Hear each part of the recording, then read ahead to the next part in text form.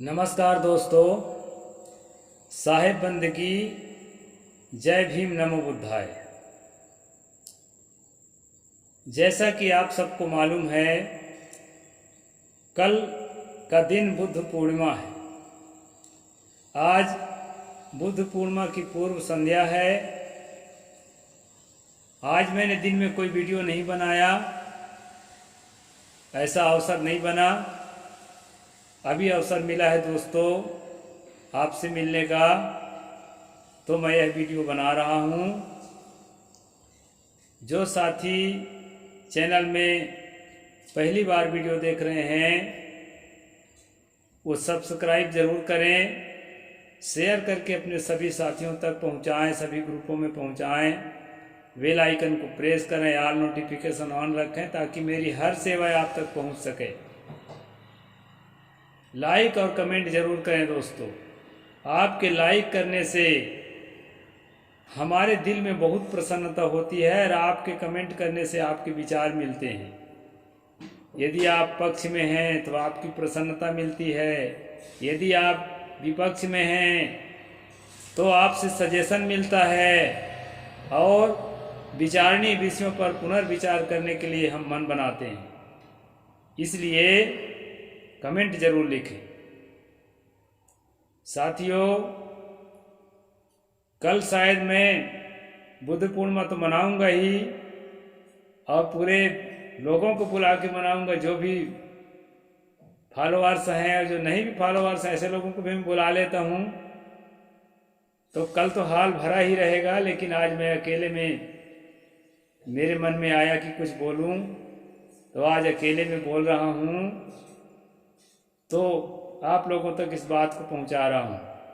साथियों, जिसके भी दिल में थोड़ी भी आस्था है तथागत बुद्ध के प्रति, उसके लिए बड़ी प्रसन्नता का दिन है। चाहे उनके जन्म का दिन हो, चाहे परिनिर्वाण का दिन हो, चाहे ज्ञान प्राप्ति के परिपुष्टि का दिन हो। वैसे तो माना जाता है कि यह तीनों प्रकार का दिन जो है वैशाख पूर्णिमा को ही संयोग हुआ था। हो ना हो दोस्तों, कल्पना भी हो सकती है, लेकिन ऐसा संयोग हो भी सकता है। ऐसा भी हो सकता है कि उस समय तिथि का ज्ञान लोगों को ना रहा हो, बाद में जो है इस समय को निर्धारित कर दिया गया हो। ऐसा भी हो सकता है, इस पर हमें विवाद करने की जरूरत नहीं है। लेकिन इतना तय है कि तथागत बुद्ध वो सितारा है भारत का जो दुनिया में पहली बार एक महान ज्ञान की घोषणा किया कि कोई कार्य होता है उसके पीछे कारण होता है, बिना कारण का कार्य नहीं होता। ये संसार को पहला ज्ञान तथागत बुद्ध ने दिया। इसी ज्ञान से दोस्तों विज्ञान की उत्पत्ति हुई। विज्ञान इस बात को लेकर के चलता है, कुछ हो रहा है, कोई घटना घट रही है, कोई इंसिडेंट हो रहा है, तो उसके पीछे जो कारण है उसकी खोज करता है। और कारण की जब खोज करता है तो कल्पना से ज़्यादा उपलब्धि उसको हासिल होती है। खोज की वृत्ति जागती है जब हमारे अंदर किसी चीज़ को मंथन करते हैं, चिंतन करते हैं, प्रयोग करते हैं, परीक्षण करते हैं, इसके बाद उसके परिणामों को देखते हैं, तो हमारा विज्ञान आगे बढ़ता है। तो साथियों, विज्ञान की जड़ में है कारण कार्य की व्यवस्था, और इस व्यवस्था की घोषणा हमें गर्व होनी चाहिए, प्रसन्नता होनी चाहिए कि सबसे पहले इस मूल ज्ञान का जो घोषणा है हमारे भारत का सितारा तथागत भगवान बुद्ध ने किया था। साथियों, ये थोड़ा गहन विषय हो सकता है, बुद्धिजीवियों का विषय हो सकता है आम आदमी एक कारण कार्य की व्यवस्था के संबंध में न समझ पाए। तो आप प्रश्न करेंगे कि आम आदमी के लिए बुद्ध ने क्या दिया। दोस्तों, आम खास कोई नहीं होता। आम ही खास हो जाता है। तथागत बुद्ध के ज्ञान में एक बच्चे के लिए भी जगह है। जो कम से कम समझने वाला है उस बच्चे के लिए भी जगह है। उन्होंने कहा है, यो हवे दहरो भिक्खु युंजति बुद्ध शासने पभा सेति स इमं लोकं अब्भा मुक्तो व चंदिमा। ये पाली भाषा में है, मैं हिंदी करके बताता हूं। तथागत ने कहा कि जो बच्चा बचपन से ही बुद्ध के शासन में, बुद्ध की शिक्षाओं में अपना जीवन जीता है, उसके लिए उन्होंने क्या कहा, वो ऐसा प्रभासित होता है, ऐसा प्रकाशित होता है, ऐसा आलोकित होता है इस संसार में जैसे आभा से मुक्त चंद्रमा। चांद जो है आभा मुक्त हो, छाया मुक्त हो, बदल मुक्त हो, खुली आसमान में हो तो कितना प्रभासित होता है आसमान पर, कितना सुंदर लगता है, कितना आकर्षक लगता है। इसी प्रकार दोस्तों तथागत ने उदाहरण दिया कि जो बेटा या जो बेटी बचपन से बुद्ध के शिक्षाओं में अपना जीवन जीना शुरू करता है, उसका जीवन उस तरह से प्रभाषित होता है जैसे आभा मुक्त चंद्रमा। तो छोटे बच्चे के लिए भी जगह है तथागत बुद्ध के विचारधारा में। साथियों, तथागत बुद्ध ने हमें दया का भाव दिया, करुणा का भाव दिया। आप ये कहानी सुने होंगे कई जगह कि जब सारस पक्षी को देवदत्त ने बाण से मार करके आहत कर दिया तो बालक सिद्धार्थ, उसमें सिद्धार्थ लिखा है, वैसे बचपन का नाम सिद्धार्थ नहीं था तथागत बुद्ध का, उनका बचपन का नाम सुगत था, ऐसा शोधकर्ताओं ने पता किया है। ये जो है लोगों ने ऐसा सिद्धार्थ नाम थोप दिया है, कोई बात नहीं, नाम कोई बुरा नहीं है। तो बालक सिद्धार्थ या बालक सुगत पेड़ के नीचे बैठ करके मेडिटेशन कर रहे थे, मनन चिंतन ध्यान कर रहे थे। वहीं पर वो घायल होकर पक्षी गिरा, बाण से आहत होकर के उसको अपने गोद में उठा लिए और साथियों उसके चोट वाली जगह पर अपने पहने हुए कपड़े को फाड़ करके उन्होंने बांधा। तो एक पक्षी के प्रति, एक पशु के प्रति हमारे अंदर करुणा होना चाहिए, दया होना चाहिए। इस बात की शिक्षा अपने जीवन के क्रियाओं के द्वारा, अपने वचनों के द्वारा तथागत बुद्ध ने दिया। तथागत बुद्ध में करुणा है, तथागत बुद्ध में तर्क है, तथागत बुद्ध में विज्ञान है। ये सारी चीज़ों को लेकर के उनके जीवन था, इसलिए दुनिया के प्रकाश स्तंभ हैं। और आज भी दुनिया के अनेक देशों में तथागत बुद्ध को श्रद्धा की दृष्टि से और एक आदर्श की दृष्टि से और एक अपना भगवान की दृष्टि से देखते हैं। यहाँ में भगवान के कहने का मतलब संसार बनाने वाला नहीं है। तथागत बुद्ध ने कहीं भी नहीं कहा कि कोई भगवान तुम्हारी जो है रक्षा करेगा। अत्ता ही तनो नाथो को ही नाथो परोसिया।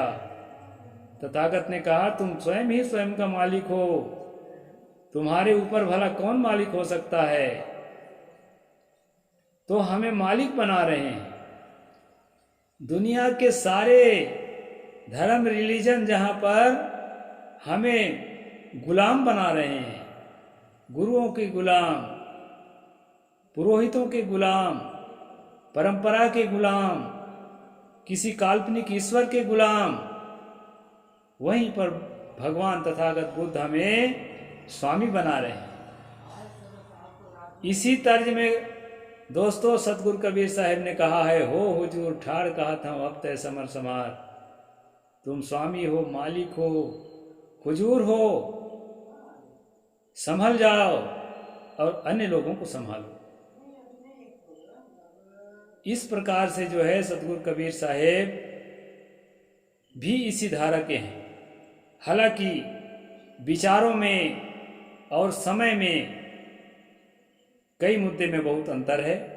हम लोग सतगुरु कबीर साहब के अनुयायी हैं और सतगुरु कबीर साहब के वाणी वचनों को पढ़ते हैं, तथागत भगवान बुद्ध के वाणी वचनों को पढ़ते हैं, तो हमें काफ़ी समानता मिलती है। भारत में बुद्धिज्म को समाप्त कर दिया गया था, यहाँ नाम लेने वाला भी नहीं बचा था। उस जमाने में कबीर साहब पैदा होते हैं और उनके अंदर से तर्कशीलता जागती है। कई लोग कहते हैं कि वो विदेश जाकर के बुद्धिज्म को सीखे थे, ऐसा कुछ नहीं है। किसी भी व्यक्ति के अंदर जब तथागत ने कहा अत्ता ही अत्तनो नाथो को ही नाथो परोसिया, हर व्यक्ति के अंदर वो चीज है, वो चेतना है, वो तर्कशीलता है कि वह खुद जाग सकता है। अत दीपो भव, अपना प्रकाशक खुद बनो। तो इसलिए हमें भरोसा है कि सतगुरु कबीर साहब किसी भी प्रकार किसी संप्रदाय से, यहाँ तक कि बुद्धिज्म से भी प्रभावित नहीं थे, क्योंकि परंपरा यहाँ टूट गई थी। तो उनके अंदर से भी ये चीज़ें पैदा हुई और जो है वो बाद में पैदा हुई। अपने कार्यकाल में आदमी जब जन्मेगा तभी तो कुछ काम करेगा। तो कबीर साहब बाद में जन्मे, अपने काल में। तो इस तरह से दोस्तों मैंने आपसे बताया, साझा किया कि एक बच्चे के लिए भी तथागत बुद्ध की विचारधारा में जगह है और एक तर्कशील जो उच्च कोटि के विद्वान है उसके लिए भी कारण काल की व्यवस्था है, उसके लिए भी तथागत बुद्ध के, सतगुरु कबीर साहब के विचारधारा में जगह है। आम जनता जो लड़ाई में, झगड़ा में, अनेक तरह से वैमनस्य में अपने आप को, अपने वास्तविकता को खो रहा है, समाज में विष घोल रहा है, राम के नाम से, अल्लाह के नाम से लड़ रहा है, ऐसे लोगों के लिए भी तथागत बुद्ध के विचारधारा में जगह है। उन्होंने कहा है दोस्तों, नहीं वेरेन वेरानी सम्मंतीद कुदाचन अवेरेन ही सम्मंतीद एस धम्मो सनंतनो। उन्होंने कहा कि बैर की गांठ बांध करके, बैर को बढ़ोतरी करके बैर को खत्म नहीं किया जा सकता। साथियों, हम एक आदमी से दुश्मनी करते हैं, उससे रिलेटेड जितने भी होंगे, उससे संबंधित जितने भी होंगे, उसके सगे संबंधी होंगे, उसके मित्र होंगे, उसके रिश्तेदार होंगे, सबको दर्द होता है और हम दुश्मन की संख्या बढ़ाते हैं। किसी को अकेला जानकर सताते हैं, उसके पीछे बहुत लोग होते हैं। तो बैर करके बैर को खत्म नहीं किया जा सकता है और बैर से समाज में शांति नहीं लाया जा सकता है। प्रेम से शांति लाया जा सकता है, सहनशीलता से शांति लाया जा सकता है। तथागत कहते हैं अवेरेन ही सम्मति एस धम्मो सनातनो। सनातन धर्म यही है कि बैर की भावना को भीतर से हम त्याग दें तो अपने जीवन में शांति आएगी और समाज में भी हम शांति व्यवस्था के भागीदार हो सकेंगे। और इसी को उन्होंने सनातन धर्म कहा। लेकिन दुर्भाग्य ये है कि आजकल जो सनातन धर्म जिसको कहते हैं, सनातन का अर्थ होता है दोस्तों जो पहले भी था, आज भी है और आगे भी रहेगा। इस सनातन शब्द का मूल अर्थ है। तो जो तथागत ने सनातन कहा कि हम अगर बैर की भावना को त्याग देते हैं दिल से, तो अपने जीवन में शांति की स्थापना होगी और अपने जीवन में शांति की स्थापना होगी, दुश्मन भी नरम होगा और वह भी हमारा मित्र बनेगा और समाज में शांति की स्थापना होगी। इस नियम को उन्होंने इस धम्मो सनातनो कहा है, जैसा कि मैंने पूरा गाथा आपको सुनाया।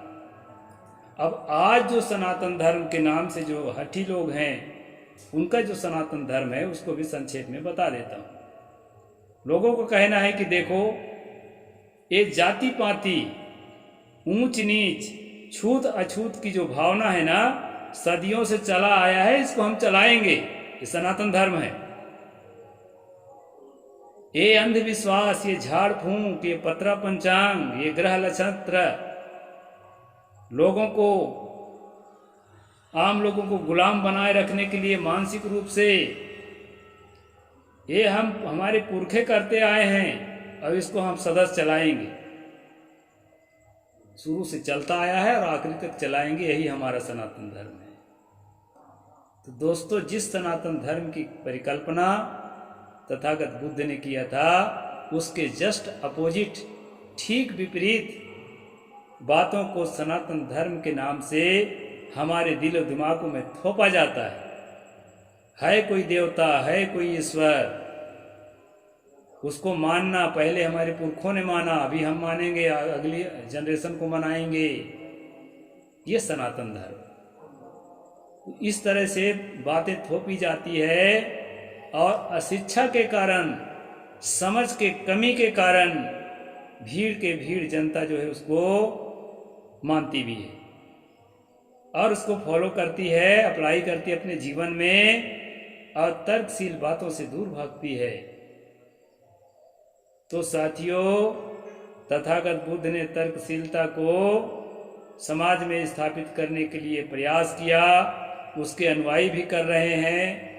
कुछ विकृतियां आती है, हर परंपरा में आती है, कबीर परंपरा में भी कुछ विकृतियां आई है, तो विकृतियां आती है, उनको सुधारा भी जाता है।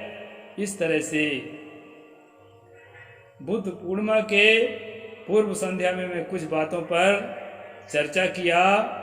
हम सबको अपने इस भारत भूमि के सितारा तथागत बुद्ध के साहित्यों को पढ़ना चाहिए और उनके विचारों को सीखना चाहिए। उन विचारों के संबंध में जो हमें उपदेश मिलता है, देशना मिलता है, उसको सुनना चाहिए और सुन करके समझना चाहिए। शांति के लिए विपश्यना एक मेडिटेशन का बहुत बढ़िया परंपरा है। हमारे कई कबीरपंथी महात्मा भी विपश्यना में जाते हैं और विपश्यना में जा करके और आत्म शांति के लिए, अपने सहज अवस्था के लिए उसमें जो है ध्यान करके और शांति का लाभ लेते हैं। तो जीवन में प्रेम हो, शांति हो, भाईचारा हो और न्याय हो, बंधुता हो, ये सब हो तो ये संसार में हमें फिर ईश्वर और स्वर्ग ढूंढना कहाँ पड़ेगा। तो ये सारी चीजें जो है तथागत बुद्ध के मूल धारा में आ जाती हैं और उसमें जो कुछ अंधविश्वास घुस आए हैं, बहुत तरह के साहित्य, उसको जो है तर्कशीलता से छांट करके और लेना चाहिए। सतगुरु कबीर साहब के विचारधारा में भी यदि कुछ अंधविश्वास घुस आए हैं, जाने में अनजाने में, उनको भी हम तर्कशीलता से खत्म करके शुद्ध रेशनलिज्म को, शुद्ध तर्कशीलता को और शुद्ध शांति के संदेश को, शुद्ध सहज अवस्था, निर्वाण अवस्था और जीवन के जो सबसे बड़ी ऊंचाई है, सबसे बड़ी प्रसन्नता है, जीते जी उस निर्वाण अवस्था का अनुभव करने के लिए, उस कबीर साहब के सहज अवस्था का अनुभव करने के लिए हमें ध्यान, चिंतन, मनन और साधना करते रहना चाहिए। आज मैं इतना ही कहूँगा दोस्तों, यदि अवसर बना तो तथागत बुद्ध के ही कल जयंती है, उनके निर्वाण दिवस है, यानी पूरी तरह से बुद्ध पूर्णिमा उनके कहना चाहिए कि बुद्धत्व प्राप्ति दिवस है। इस तरह से जैसी मान्यता है, मान्यता सच हो झूठ हो जैसा भी हो, लेकिन इतना तो सच है कि तथागत बुद्ध ने जो हमें संदेश दिया है, जो उन्होंने अपने जीवन को तपा करके, जो अपने अंदर से जो ज्ञान प्रकट करके समाज को दिया है, उस ज्ञान से ही समाज का कल्याण है और सच्चा ज्ञान है। उस ज्ञान को हम लोग जीवन में अप्लाई करें और अपने अगली पीढ़ियों को अप्लाई करने के लिए प्रेरित करें। इतना ही कहकर अपनी बात को मैं पूरा करता हूँ दोस्तों। फिर मिलेंगे कल। साहेब बंदगी। जय जोहार, जय भीम, नमो बुद्धाय, जय भारत।